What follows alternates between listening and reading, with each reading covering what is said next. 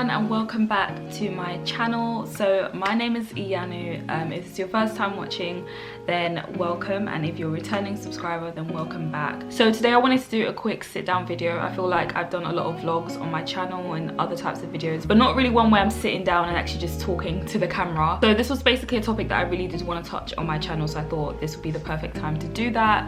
And it's basically just around being productive and efficient while working from home, and also useful tips to help minimize stress and anxiety when it comes to working at home as well.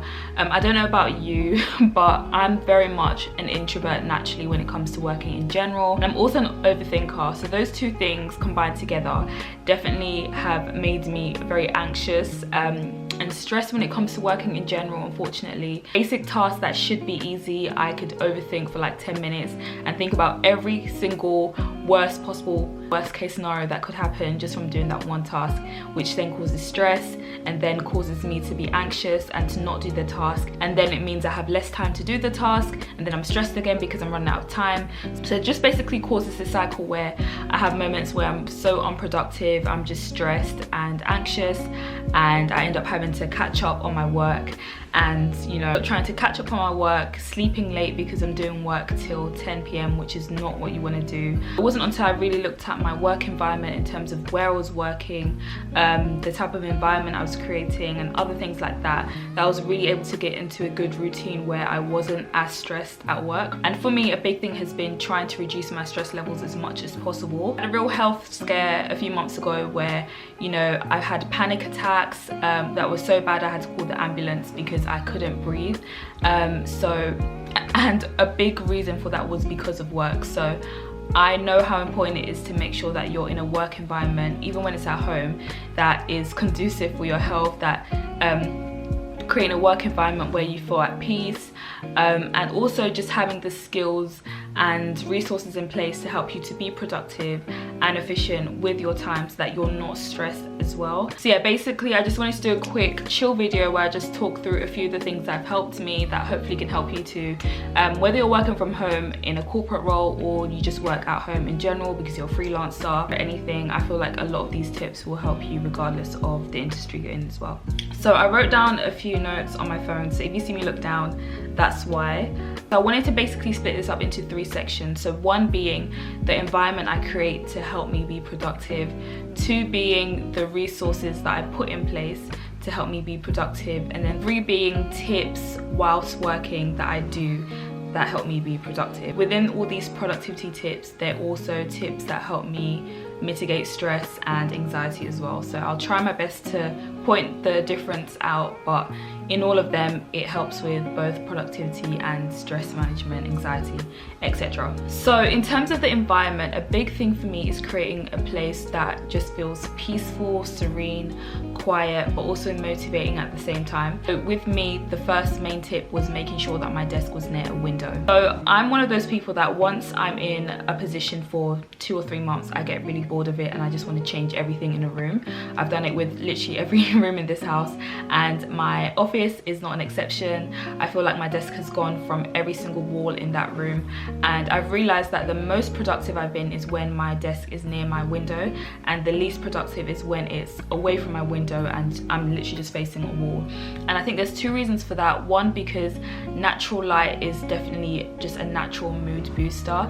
Being near natural light, being near fresh air, it definitely helps a lot when it comes to working, and as I mentioned, because I do get anxious quite a lot, just being near the window helps when it comes to my breathing exercises as well, and just breathing in and out and breathing in fresh air as well. So I definitely say when it comes to where you're working, if you can be near a window, definitely do that. It will change the game for you and help you so much. So my second tip is to try and include plants or flowers into your space if you can as well. So having plants in your space definitely helps just with the scenery and making things look nice. And for me, when I'm in a good looking space, I just feel more motivated to work. I don't know what it is, but there's just something about just being in a space that looks good and aesthetically pleasing that helps a lot. but plants are also known to help with releasing serotonin, which is a happy hormone, which is definitely what you need when it comes to being relaxed in your work environment. So if you can, get some fresh flowers. Sometimes I'd go to Tesco and just buy a bunch of fresh flowers and put them on my desk, but you know, that's something but I know not everyone wants to spend £2.50 or whatever every week, because it does add up, but once in a while it's cool. But if you can get some plants as well, definitely just creating a nice environment and really thinking about the things that you put in your space to help you feel productive and motivated to work. So another important thing that I always have in my office is a candle. So I always love burning candles, especially first thing in the morning when I'm in my office, because the aroma just helps create a really nice relaxing atmosphere in the office. So I definitely encourage trying to burn candles throughout the day as well. Definitely when I burn a candle, I've seen that it just helps with creating a calm atmosphere, relaxing my mind, and it's also been proven to help with stimulating your memory as well. So definitely burn a candle if you can. And following on from that, I also use diffusers and essential oils, so that's another big thing for me. So my diffuser is kind of like a humidifier as well. It definitely helps with just the air in the room as well. And essential oils are a big thing and can have multiple benefits depending on the type you get. There's some that help with memory boosting, there's some that help with relaxation. It just really depends, but they're such a good thing. And again, they just help create a nice atmosphere when it comes to working, and especially if you're someone that gets anxious a lot, just doing everything you can to create a relaxing environment helps so much. And having a candle, having my diffuser on, being near lights definitely makes such a difference. And in addition to that, just making sure that my desk is clean first thing in the morning. When you have a scattered environment, it's more than likely that your mind is also scattered, and that's definitely the case for me. Anytime my room or my environment is a mess, it's because I'm a mess. So making it a priority the night before to clear my desk so that in the morning I'm not stressed about having to clean up, that I know I'm just coming into my office and it's clear and ready for me to start the day. It helps so much. And I think it's just a good practice as well, clearing up the night before. Being realistic, you know, it doesn't always happen. There are some times you slip up and you come into your room with a messy desk, but as much as possible I try to clear it. And the times I do, I definitely see a massive difference in my overall mood, especially first thing in the morning. So those are all the things in terms of creating a nice atmosphere. So now I'm going to move on to a few tools and resources that help me be productive while at work. So one, which is kind of also in line with the atmosphere, is music. So having a playlist that I can play in the background definitely helps with my focus time and also just my mood in general. So if I know there's a deep task that I need to do that I can't naturally focus on and I just feel agitated, I play my 1 hour playlist, and I know during that time all I'm doing is focusing on doing that work, and I know that once that playlist is over, I can relax and have a 10-minute or 15-minute break after. So I'm going to list the playlists that I listen to down below because I feel like they're really good. And for me personally, depending on the task, I can only listen to instrumental music. When it comes to lyrics, that can distract me. If it's a task that is kind of, I don't really need to think and I can just do it on like autopilot in my mind, then I can listen to lyrics. But if it's one where I need to think and, you know, really plan what I'm doing, then instrumentals are the best. I'm gonna list them down below. Let me know if you listen to them and if you like them, and I can list a few more. They're definitely a good summer, spring vibe. I probably need to find some for when it's winter, but for now, these are my go-tos and they work so well. So my second resource that I use and I literally use for everything is my calendar. So depending on your organization, you might use different calendars, but I use Google Calendar, and I love Google Calendar so much because you can literally color code everything, and I put every task that I'm doing on my Google Calendar. One, for me to know what I have to do every day, and two, for my co-workers to know what I've got going on. So when they do look at my calendar, maybe because they want to book a meeting or something, they can see how busy I am and know when to book a meeting in and when not to. And I found it to be so helpful because if there is something that I have in that slot, they'll come and ask me, oh, is it okay if we book a meeting for that time or another time? And it just helps you become less stressed because you feel like you have more ownership over your time rather than just being a slave to everyone else's time and what they want to do based on their time. So definitely utilizing my Google Calendar has helped. setting alerts and reminders so that I know when I'm supposed to move on to a next task. I obviously try to be flexible because there's only so many variables you can also put into place when it comes to knowing how long a task will take you. Some days it could just not be your day and you need more time on a task. Other times you overestimate the amount of time you need on the task and you can get it done quicker. So it's definitely a guideline for me, and it's not a strict rule where from 1 to 2 I must do this or that, but it's definitely a guide and it helps me just know how much roughly I can do each day.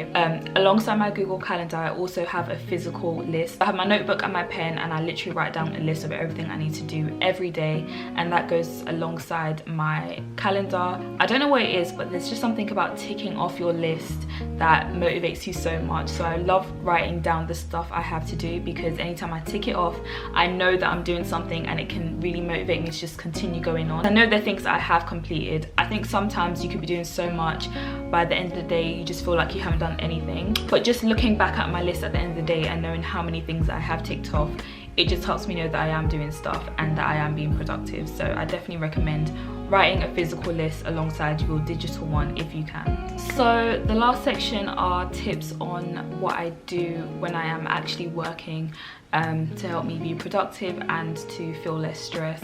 So for me, one big thing is making sure that I literally am the project manager for all my tasks and all the things that I've been delegated to do. So what I mean by that is, I've noticed that since working from home, it's natural where you get a lot more alerts and emails and messages from people asking for updates on what's going on, because obviously you're not in an environment where they can see you and just, you know, walk over and ask. Everything is online, so you do get a lot more chasing sometimes, and for me that caused so much stress, just knowing that I'm doing a task and then someone's on my back asking, you know, what's the latest on that task, and then there's another client or another co-worker on another project asking me the same thing as well. So for me, I always make sure that I'm the one who updates people, and I also try my best to give them a timeline of when I think I can get a task done before they ask me. So doing that has definitely made me have more ownership over my time and the tasks I do, and less stress, because I know I'm the one updating them and they're not the ones, you know, having to chase me on a task. So what I make sure I do is, the minute I'm on a project and, you know, I've been given my task, I try my best to just give them, you know, a brief timeline. I think I'm going to be able to start this on this day, and hopefully I can finish it by next week. And then as I'm doing the task, I give, you know, updates here and there as well, like, hey, I've just started on this task, I'll try and give you an update by the end of the day. So that way they're not chasing me during the day, because they know by the end of the day I'm going to give them another update on what's going on. So little things like that just help me. And then it also means that when it comes to asking for help, I feel less weird about it as well, because I've shown them that I'm being independent and I'm able to take on this task by myself and being proactive, and that I'm really taking on this task and I'm being independent in, you know, owning it and not having to wait on them before I give them an update. So when it comes to asking for help, I don't know, I just feel less weird about it, because it's not like I'm stupid or I just don't know what to do. Like, I know what I'm doing, but I'm just stuck on this thing. And I think it's just a pride thing sometimes as well, just not being able to ask for help. But for me, doing that just makes asking for help a bit easier. So if you're like me as well, then that will definitely be something that will help you. And then another thing for me is delegating. So I'm conscious that maybe not everyone is able to, depending on what level you are at in your career, but I feel like even if you are at a junior level, there are some forms of delegation you can do without you even knowing. So what I mean by that is, if there's something that you need help with and you know that there's someone else that can do it, asking for help and getting them to do that for you whilst you do something else is a form of delegation. So it could be that maybe there's a task you're struggling with and you ask your manager or co-worker for help or for guidance on where to get information that you need. Whilst they're doing that, you can focus on something else, and you know that that part of your task is being taken care of.